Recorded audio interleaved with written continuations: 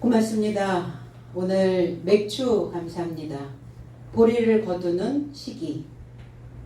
그래서 쌀보다는 보리가 거칠죠. 그래서 보리라고 하는 의미는 거칠다라는 의미를 가지고 있어요. 이제 거친 것을 먹어야 되는 장성한 자의 삶이 바로 이 날들이 되었다는 것을 꼭 기억하시고, 또 그 단단한 음식을 먹으려면 우리의 생각들이 잘 연마되어져야 될 줄로 믿습니다. 오늘 담에색된 신앙이라는 그 제목을 가지고 사울의 신앙이 어떻게 변모해 가고 있는지 우리 모두가 이 말씀을 통해서 지켜보며 우리도 함께 이 신앙과 함께 담에색과 함께 흘러가는 귀한 시간들이 되기를 원합니다. 1절로 3절.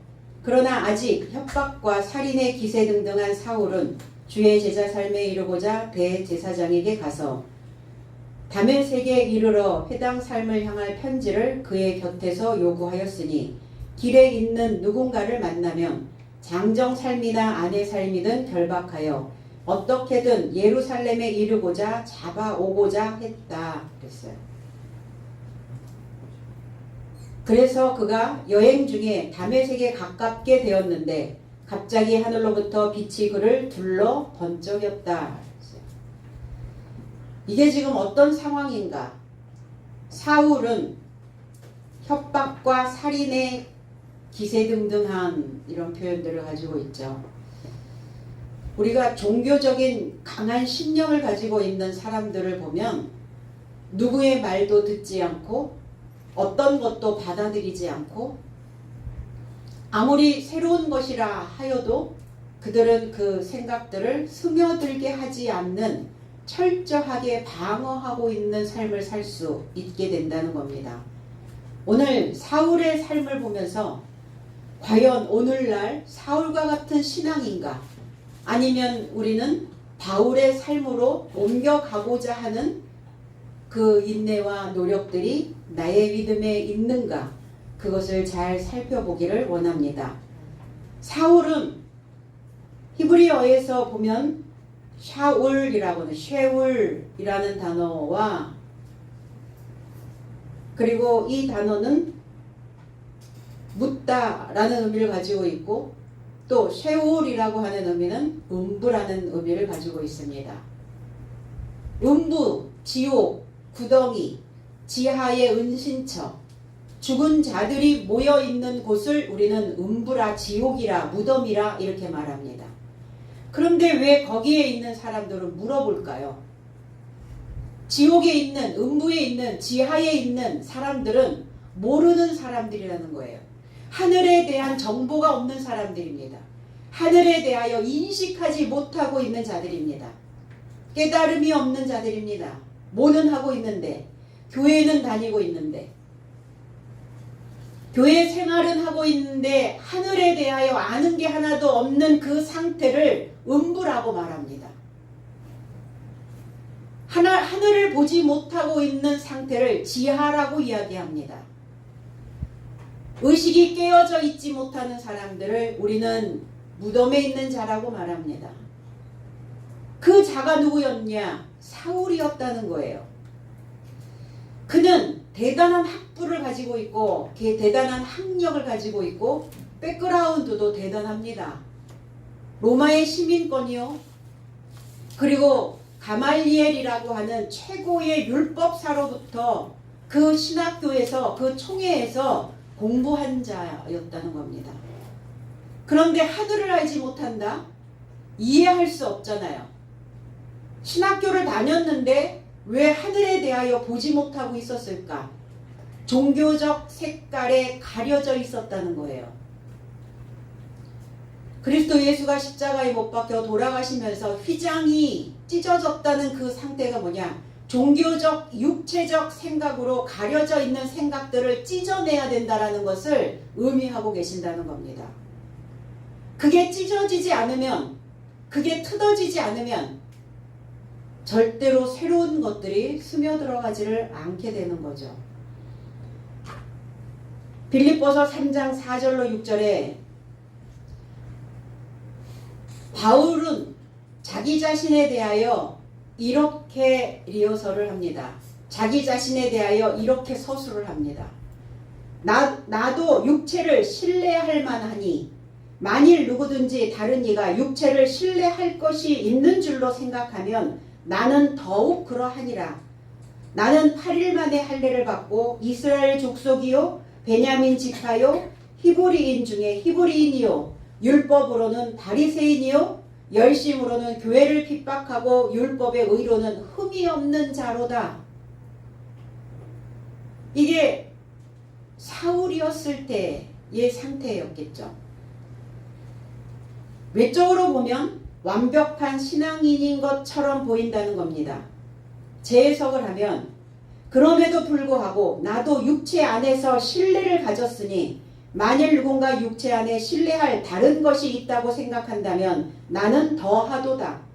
나는 8일 할례요 이스라엘 족속에서 난 자요 베냐민의 지파요 히브리인 중에 히브리인이요 율법을 좇는 바리새인이요 열심을 쫓아 교회를 박해했고 율법 안에서 의를 쫓아 흠없는 자가 되었느니라.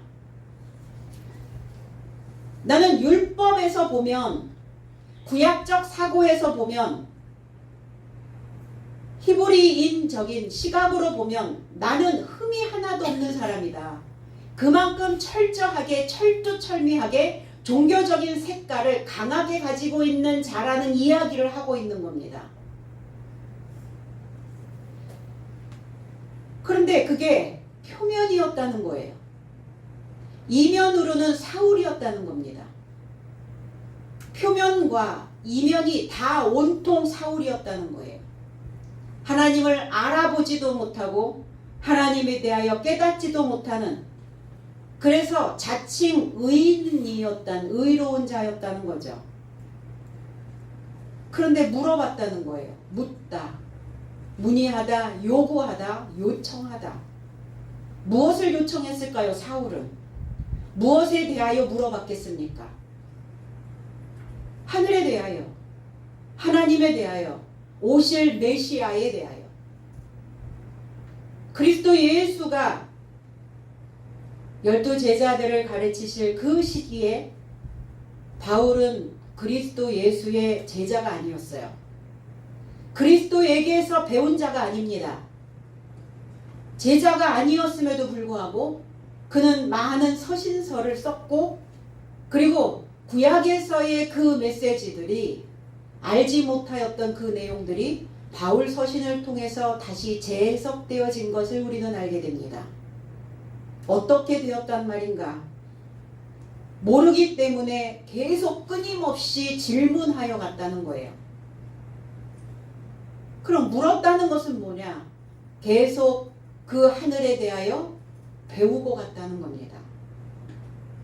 그럼 우리가 공부를 해봐서 알지만 배우면 배울수록 모르죠. 알면 알수록 더 모르겠죠. 이게 공부하는 사람의 자세거든요. 난 다 알고 있고 다 깨닫고 있고 다 이해가 되어졌어. 그럼 더 이상 제자가 될 필요가 없다는 겁니다. 더 이상 제자의 삶에 들어올 수가 없는 것이죠. 하늘을 보지 못하는 지하에 있는 자, 왜 무덤인가? 썩은 시체가 있는 곳, 신선한 생각들이, 신선한 소식이 들어가지 않는 곳이 바로 무덤이라는 겁니다. 기억하다. 신약의 무네오라고 하는 이 무덤이라는 단어가 기억하다, 회상하다, 기념하다 이런 뜻을 가지고 있어요. 뭘 기억하고 있었을까? 자신의 기억 속에 있는 것만 신봉하고 있었다는 거예요. 내 기억 속에 저장되어져 있는 하나님에 대한, 하늘에 대한 정보가 전부라고 생각했다는 거예요. 그게 바로 무덤되어져 있는 자입니다. 전도서 9장 10절에는 무릇 내 손이 이를 당하는 대로 힘을 다하여 할지어다. 내가 들어갈 음부에는 일도 없고 계획도 없고 지식도 없고 지혜도 없음이니라. 이게 음부의 상태라는 거예요.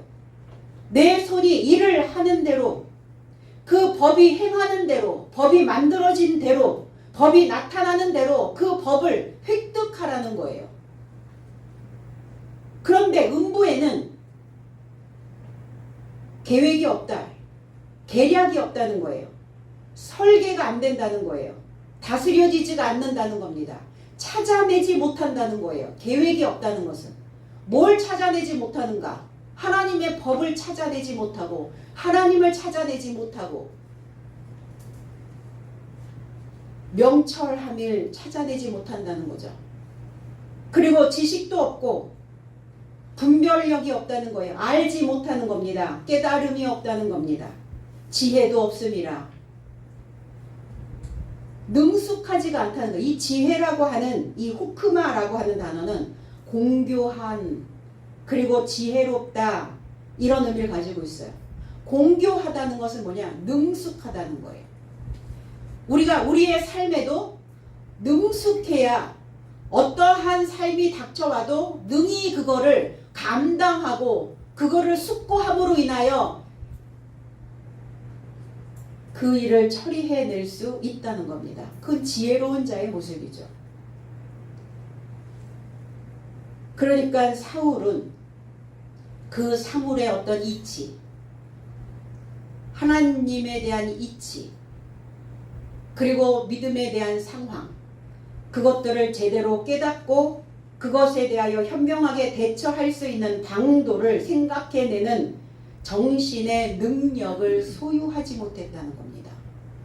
그냥 뭐만 했을까요? 열심으로는 교회를 박해하고 그랬어요. 열심당원이었다는 거예요.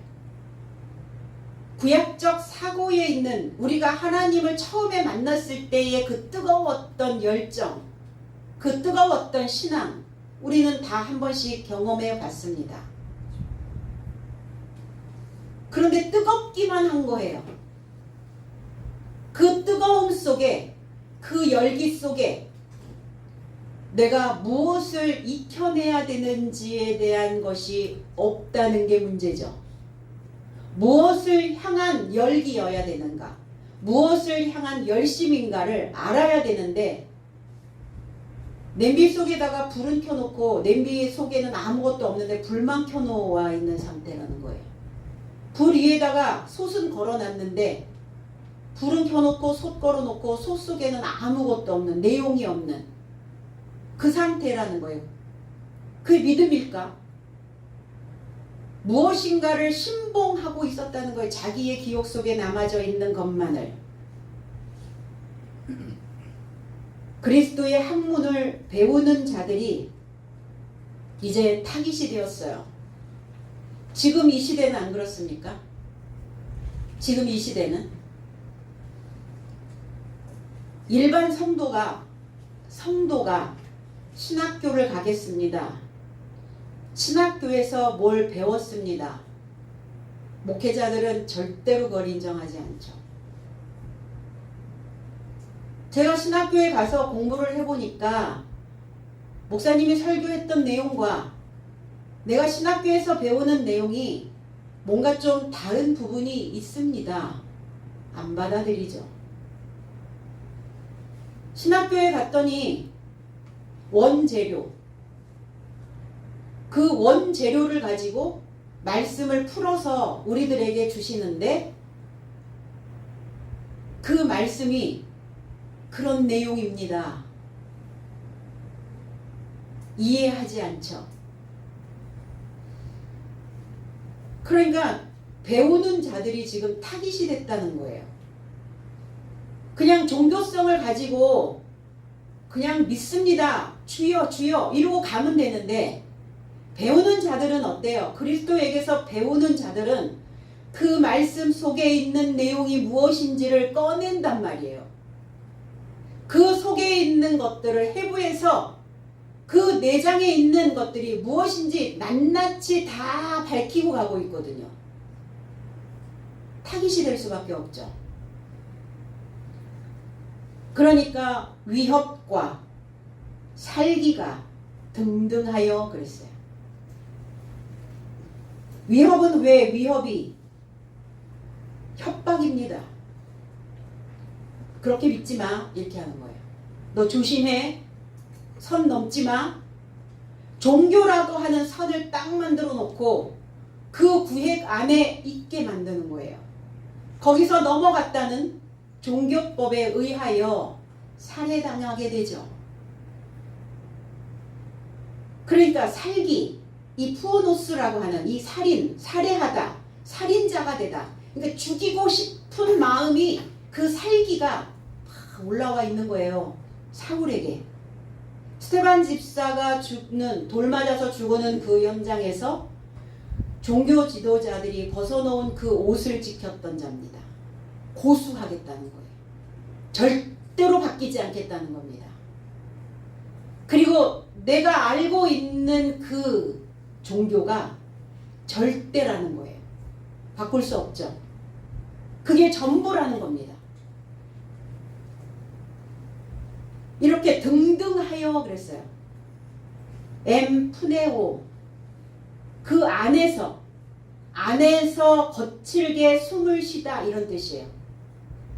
뭐 어떨 때 내 안에서 거친 숨이 나옵니까? 분노하였을 때, 뭔가 내 속이 뭐가 쫙 건드려졌을 때, 그럴 때 이게 속에서 거친 숨소리가 올라오게 되죠. 그 상태에 결국은 없애고자 하는 그 마음이, 협박하는 그 마음이, 분노하고 있는 그 마음이 배우고 있는 자들이 타깃이 되었다는 겁니다. 마태복음 7장 27절에 비가 내리고 창수가 나고 바람이 불어, 여기서 불다라는 이 단어가 엠푸네오라는 단어예요. 등등하여, 등등. 내 속에서 뭐가 등등하는 거예요. 바람이 불고 있는 겁니다. 거친 바람이 불고 있는 거예요. 그 바람이 불어 그 집에 부딪힘에 무너져 그 무너짐이 심하니라. 사울의 상태죠. 제 해석은 그리고 비가 내렸고 홍수가 왔고 바람이 불어 이 집에 부딪혀서 넘어졌으니 집의 무너짐이 크더라. 그가 종교로 탑쌓아놨던 것들이 와르르 무너져야 되는 상황이 왔거든요. 그가 지금까지 쌓아왔던 공든탑이, 그 신앙의 신념이 무너지는 소리가 나는 거예요. 큰일 난 거죠. 살짝 건드려진 게 아니라는 겁니다. 그 상태가 왔을 때, 야, 이런 교훈도 있구나라고 받아들여야 되는데,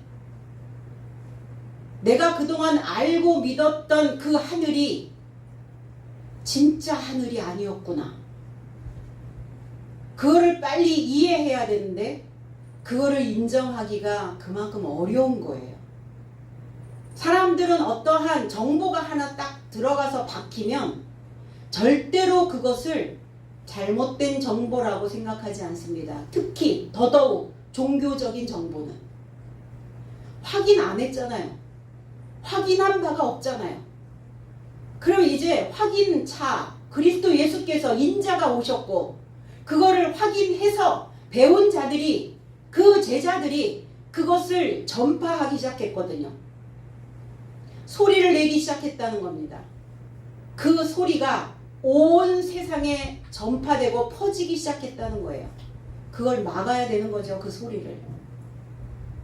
그 옳은 소리들을 어떤 수로, 어떤 방법으로 막을 수 있단 말입니까? 오늘 이 사울은 주님의 권세 있는, 제자들의 권세 있는, 빌립이 내시를 가르쳤던 것처럼 그 빌립 집사의 권세 있는 교훈에 한 방 딱 맞은 거예요. 충격을 받은 겁니다. 그래서 제자들을 향하여 협박하고 분노하고 내가 깨닫고 믿었던 그 교훈과 제자들이 전하는 해석의 내용이 다르다는 이유였다는 겁니다. 자신의 것을 무너뜨려야 하는 종교적 위기가 사울을 이렇게 격동시켰다는 것입니다. 그리고 사울은 어디로 갔나? 대제사장에게 갔죠. 종교의 최고 통치자입니다. 제일 꼭대기에 있는 자입니다. 뭐하러 갔겠어요? 공문 달라, 공문. 구속영장을 발부받으러 간 거예요. 이 사람들을, 이 제자들을 옥에 가둬 넣어야 소리가 더 이상 전파되지 않고 그 소리를 들을 수 있는 방법을 막아놓는 거라고 생각했다는 거예요. 그리고 종교 지도자에게 가서 구속영장을 발부해 줄 것을 요구하게 됩니다. 받았겠죠. 대제사장임에도 불구하고 하나님의 대리자요, 하나님의 직분자요, 하나님의 말씀을 대언해야 되는 대제사장이 가려져 있다는 겁니다. 막혀 있다는 거예요. 다 사방을 막아놨다는 겁니다. 자기의 사상 속에, 자기의 생각 안에 건강하지 못한 생각은 자신을 위협하기도 하지만 주변에 있는 모든 사람들을 다 위협하게 하고 위험에 빠뜨리는 위기를 만들어내는 그 인생이 될 수밖에 없습니다. 사울이죠. 분별하지 못하는. 그가 간 곳이 어디였느냐? 다메섹이었습니다. 다메섹에 가서 복음을 증거하기 시작합니다. 다메섹이라고 하는 이 의미는 활발하다라는 의미를 가지고 있어요. 모든 게 다 빨리빨리 진행되는 거예요. 이 다메섹은. 그러니까 복음이 하나 딱 들어가기만 하면 막 활동량이 어마어마하게 많아지는, 막 활발하게 에너지가 계속 공급이 돼서 계속 돌아가는 이 다메섹이에요. 그리고 저와 여러분도 다메섹이어야 된다는 겁니다. 뭐가 옳은 정보가 옳다라고 생각하는 것이 그것이 진짜라고 참이라고 믿었다면 내 안에서 그 메시지가 활발하게 움직여줘야 되는 겁니다. 게을러. 사람들은 이렇게 얘기합니다. 내가 행복해지기 위해서 게으름을 피우는 거라고. 왜 게을러지는가? 게으른 사람들을 보면 행복하게 되려고 게으르다는 겁니다. 근데 게으르게 되면 행복해질 수가 없잖아요. 내가 하고자 하는 것들을 활발하게 해낼 수가 없잖아요.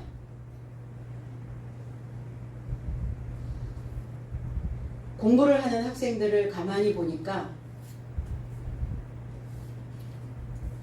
게으른 학생들은 뭐가 딱 밀어 닥쳐야 해요. 분주하죠. 그 분주한 건 활발한 거하고는 다른 개념입니다. 쫓기잖아요. 조급하잖아요. 조급하고 쫓기는데 행복할 리가 없죠. 그래서 미리미리 과제를 내주면 미리 해놓고, 발표를 하라 그러면 발표 자료도 미리 해놓고 그 나머지 일주일을 게으르게 사는 거예요. 앞에 해놓고 일주일 동안 많은 사람들이 막 분주하게 무엇인가를 할 때 나는 게으르게 있는 거예요. 그 자가 행복하다는 겁니다. 행복하려면 미리 해놓고 게을러지시라는 거예요. 이 다마스코스, 다메섹은 오래된 시리아 고대 도시로서 메소포타미아의 침입자들을 다메섹 근처의 호바에까지 추적해서 롯을 구출한 아브라함의 시대로부터 성경에 등장을 하기 시작합니다. 굉장히 오래된 성읍이에요. 그래서 아브라함의 청지기는 다메섹 엘리에셀이었거든요. 이 도시에 있는 헤르몬산 동쪽의 평원에 바로 이 다메섹은 오아시스 근처에 위치하고 있다는 겁니다. 그래서 아바나와 파르파르강에서 물을 공급을 받았고, 이 다메섹은 다윗의 자신의 왕국을 북쪽으로 확장하고 시리아 다메섹의 수리아인들을 정복한 시기에 와서야, 다윗 때가 되어져서야 비로소 구약 성경에 다시 다메섹이 언급되어지기도 합니다. 그런데 최고의 성읍이고 가장 높은 곳에 위치하여 있는 이 다메섹이 여호와께 하나님께 경고를 받습니다. 이 다메섹이 활발한 신앙생활, 활발한 믿음으로 인하여 찬송의 성읍이요, 여호와께서 이렇게 말씀하셨거든요. 나의 즐거운 성읍이라. 다메섹을 그렇게 표현도 하셨어요. 그런데 이 다메섹이 복음이 전파되어져야 하는 이 곳이 복음이 전파되지 않고 하나님의 마음을 격동하는 그 지역이 되었다는 겁니다. 에레미야 선지자는 내가 다메섹의 성벽에 불을 지르리니 베나닷의 궁정이 불타리라 하셨다 그랬어요. 무엇 때문에 불을 태웠는가? 다메섹에 대한 말씀인데 하맛과 아르밧이라고 하는 그 곳이 수치를 당하리니 이는 흉한 소문을 듣고 낙담함이니라. 바닷가에서 비틀거리며 평안이 없도다. 무엇이? 다메섹이. 하나님의 찬송이 되어져야 되고 즐거운 성읍이어야 되고 가장 높은 곳에 최고의 위치에 있는 그 다메섹이 하나님에 대하여 찬송하지 않는다는 겁니다. 즐거워하지 않는다는 거예요. 낙담하고 있고 비틀거리며 있다는 거예요. 하맛과 아르밧이라고 하는 그곳은, 하맛이라고 하는 곳은 벽으로 둘러싼 이라는 의미를 가지고 있기도 하고 연결하다 이런 의미를 가지고 있어요. 하늘과 연결되는 곳이 하맛입니다. 하나님과 연결되는 장소가 하맛이에요. 그곳과 아르밧, 뭔가를 펼쳐야 되는 곳, 기운이 회복되는 곳, 건강해지는 곳, 여기가 아르밧이거든요. 그런데 이 성읍들이 흉한 소문, 나쁜 소문, 쓸모없는 소문, 쓸모없는 뉴스, 악한 소문, 악한 소식으로 인하여, 쓸모없는 소식으로 인하여 산산조각을 내버렸다는 겁니다. 그러니까 소문이 들리면, 건강한 소문은 내 생각들을 회복시키고 뭔가 마음을 강건케 만들고 기운이 회복되게 만드시죠. 그런데 나쁜 소문이라는 거예요. 악한 소문. 넋을 잃게 하다 마비가 되다. 그 소식에 의하여, 풍문에 의하여, 뉴스에 의하여 생각이 마비가 되고 넋을 잃어버렸다는 겁니다. 그러니까 어떻게 되겠어요? 낙담해지겠죠. 하나님은 없는가? 하늘에서 나를 굽어보시지 않고 계신단 말인가? 하늘도 무심하시지. 왜 이런 상황들이? 낙담, 기진하다, 사라지다, 녹아지다. 마음이 쭉 빠져버리는 거예요. 마음이, 내 중심이 하나님의 중심이어야 믿음으로 강건케 되어지는데 마음이 녹아버렸다는 거예요. 사라져버렸습니다. 그게 낙담되어지는 상태죠. 바닷가에서 비틀거리며, 이 바다는 어느 곳이냐? 이 바다, 얌이라고 하는 단어가 바다라고 하는 그 단어의 의미 속에 서쪽을 향하다라는 뜻을 가지고 있어요. 동해 바다도 있는데 왜 서쪽을 향하다라는 뜻을 가지고 있을까요? 하나님이 머무시는 곳입니다. 하나님이 머물러 계시는, 하나님의 그 진리가 있는, 하나님의 말씀의 증거들이 살아있는 그 바다에서 그들이 비틀거렸다라는 것은 걱정하고 근심하고 후회하고 있는, 내가 하나님을 잘못 믿었나? 하나님 내 편이 아닌가? 내 삶 속에서 일어나는 온갖 근심과 걱정과 후회감이 그냥 물밀듯 밀려오는 거예요. 이게 그들이 비틀거렸다. 그러니까 어때요? 당연히 평안이 없겠죠. 평안, 쉼이 없어요. 진정이 되지 않는 겁니다. 가라앉지를 않는 거예요. 잠잠하지 않는 겁니다. 조용하게 지나가질 않는 거예요. 이게 다메섹의 상태였었거든요. 그 평안이 아무것도 없다. 극복할 수도 없다. 가능하지가 않다. 다메섹에 대한 경고. 다메섹이 어떤 곳인데, 다메섹에 있는 그 삶이 어떤 삶이어야 하는데, 최고봉 가장 높이 솟아올라 있는 하나님과 하늘과 가장 근접한 곳에 있는 이 다메섹의 성읍들이 지금 이 상태가 되었다는 겁니다. 그러니까 제자들은 어때요? 다메섹을 어떻게 해서든지 회복시켜야 되기 때문에 다메섹으로 간 겁니다. 그러면 제자들이 다메섹으로 가기도 했지만 제자들 상태가 다메섹이 되어진 거예요. 활발하게 복음을 증거하고자 하는 그 열정과 그 열기로 뭉쳐 있는 겁니다. 그러니까 오늘 사울도 다메섹으로 가는 그 구속영장을, 다메섹에서 복음을 증거하고 있는 그 제자들을 구속할 수 있는 영장을 달라고 대제사장에게 가서 요청하고 있었던 거죠.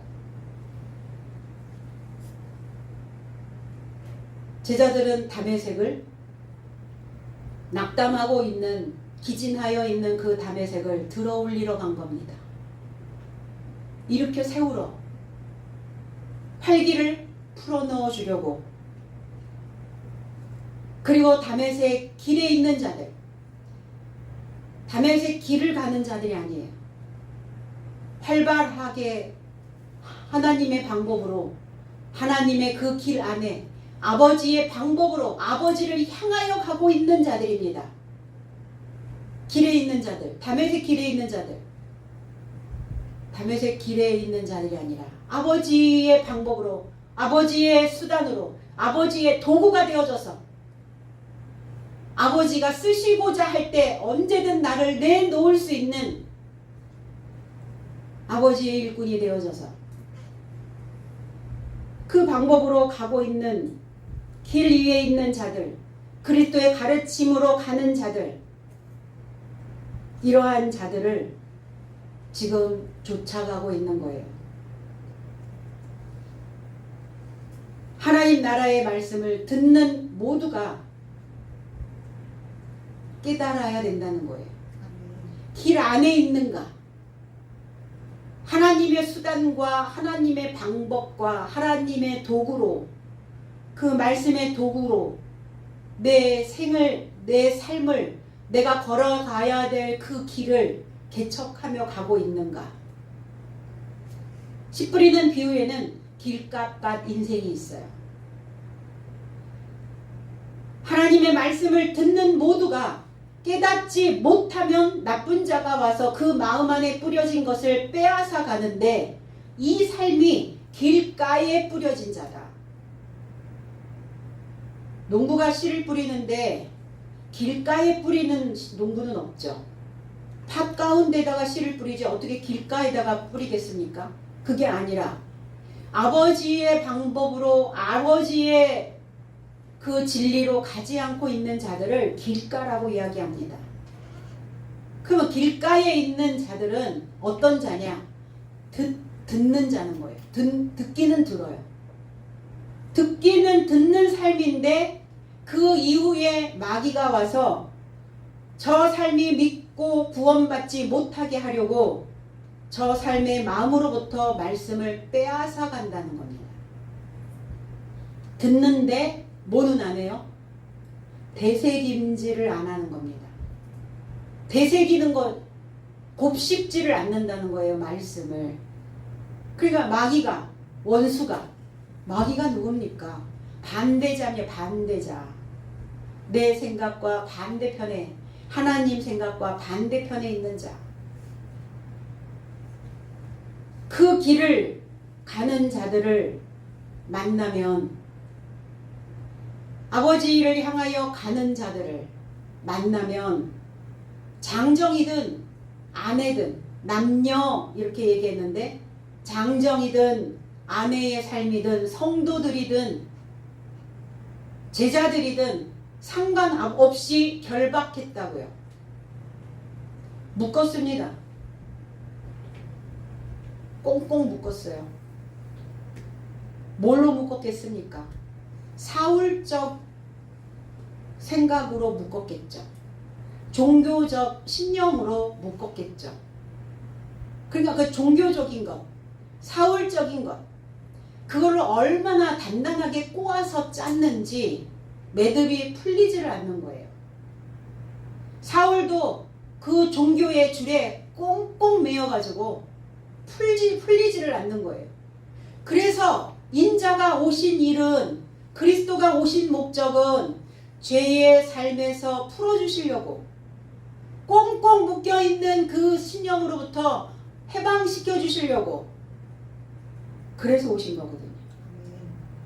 그 꽁꽁 묶여있는 그 생각들의 줄을 풀어내려면 날카로운 예리한 게 필요하겠죠. 그래서 내가 너희에게 검을 던지러 왔다. 내가 너희에게 불을 던지러 왔다. 그거 하나하나 낱낱 풀으려면 매듭진 거 안 풀립니다. 예리한 칼로 잘라내던지 아니면 뜨거운 불에다가 던져버리던지 그래야 그게 풀어질 수 있거든요. 결박된 것들이. 그래서 잘못된 믿음은 이렇게 자르던지 태우던지 해야 되는 겁니다. 다메섹을 향하여 횡단하여 가고 있습니다. 그런데 호련히라는 단어예요. 갑자기 뜻밖의 이 호련히라고 하는 엑사임 흐네스라고 하는 이 단어는 밖으로 에크라는 단어. 뭐가 바깥으로 툭 튀어나왔다는 거예요.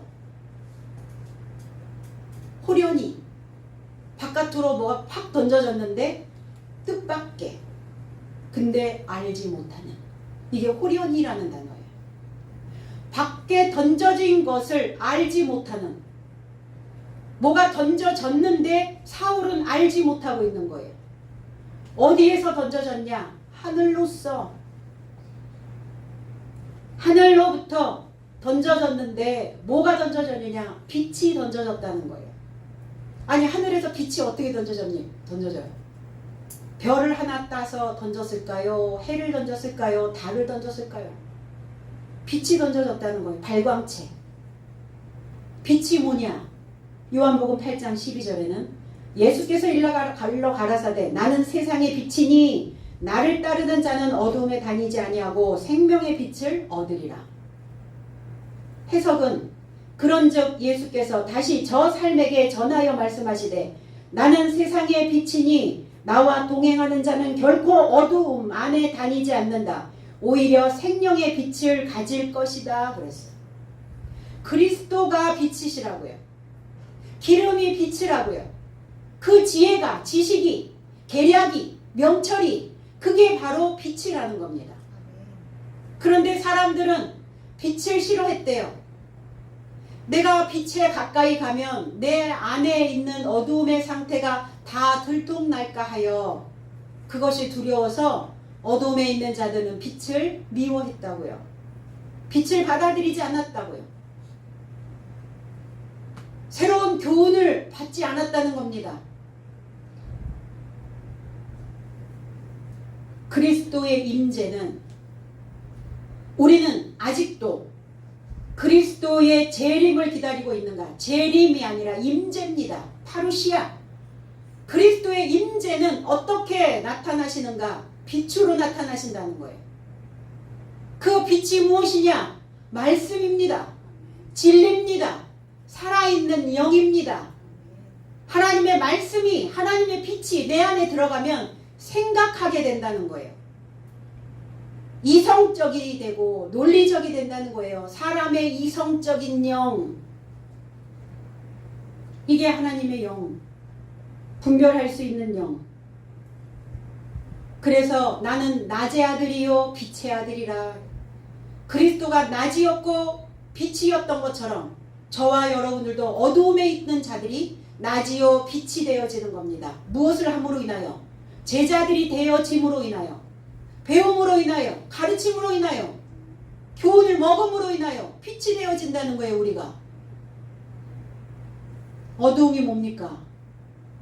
하늘이 덮여 있는 거예요. 하늘이 가려져 있는 거예요. 우린 그렇게 얘기하죠. 손바닥으로 하늘을 가릴 수 있느냐? 이렇게 얘기해요. 그 빛을 손바닥으로 가릴 수 있습니까? 우리의 어두움의 요소들을 감춘다고 감춰질 수 있습니까? 감춰지지 않는다는 거예요. 그 빛이 둘러 비추는지라. 페리아스 트라포라는 단어예요. 빛 가운데 쌓이다 이런 뜻이에요. 빛 안에 완전히 들어가 버려 있는 사울의 상태입니다. 사울은 무엇인가 꿈틀거리겠죠. 어디에서 비춰지는, 하늘에서 빛이 던져졌는데, 하늘에서 소식이 던져졌는데, 지혜가, 말씀이 던져졌는데 그 말씀 안에 온전히 쌓였었다고요. 다메섹에 접근했을 때 활발하고 활동적인 하나님의 말씀이 사울의 혼과 영과 관절과 골수를 나누어서 관통하고 있는 겁니다. 꽉 막혀 있었던 사울의 상태가, 지하였던 상태가, 무덤의 상태가, 음부의 상태가 빛으로 인하여 빛이 관통하고 있는 거예요. 혼과 영을, 혼과 영은 다릅니다.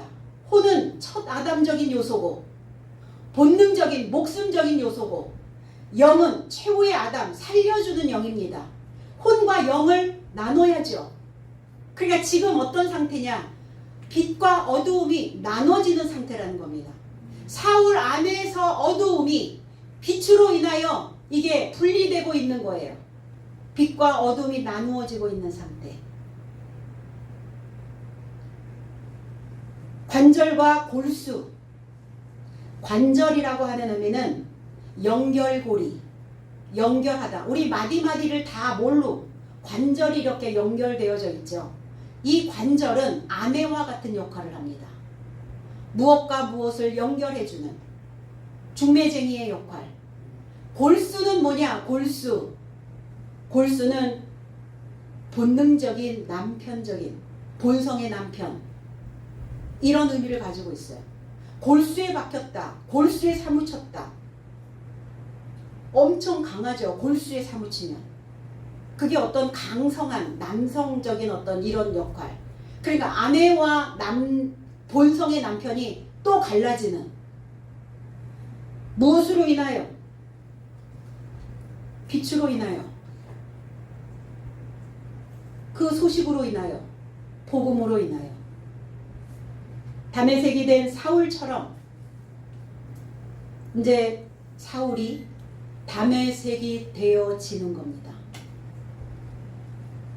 그전에는 표면적 다메섹이었다면, 뭔가 하나님의 말씀을 활발하게 전하고 종교의 색깔을 내놓고 율법의 최고의 것들을 막 사람들에게 이렇게 사이에 등등하여 격분하며 쏟아내 놓았던 사울의 상태가 이제 이면적 다메섹의 상태로 바뀌고 있는 겁니다.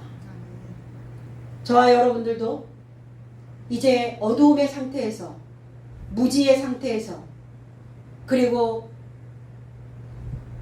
힘들었던 상태에서 이제 강건한 상태로, 지혜로운 상태로, 명철한 상태로, 그 이면적인 다메섹된 신앙이 우리의 생각들을 붙들고 가야 된다는 겁니다. 그래야 어두움에서 빛으로 옮겨갈 수 있는 거예요. 그럼 어두움에서 빛으로 분리되려면 뭘 하셔야 돼요? 발골하셔야죠. 뼈를 발라내셔야 된다는 거예요. 짐승을 잡으면 뼈째 자르지 않죠. 다 찢어가지고 다 조각내서 뼈는 뼈대로 살은 살대로 이게 분리거든요. 이렇게 관통되어져야 된다고요. 빛과 어두움이 다 이렇게 뼈를 발라내듯 이렇게 다 분리되어지셔야 된다는 겁니다. 그러면 우리는 다메섹 신앙으로 저와 여러분들의 삶이 당당하고 그리고 더 적극적이고 그리고 건강한 몸과 마음으로 활발한 하나님의 수행원이 될 줄로 믿습니다. 우리 모두가 다 이 다메섹 신앙에 오늘 동참하시기를 나사렛 예수 그리스도 이름 안에서 축복드립니다. 기도하겠습니다.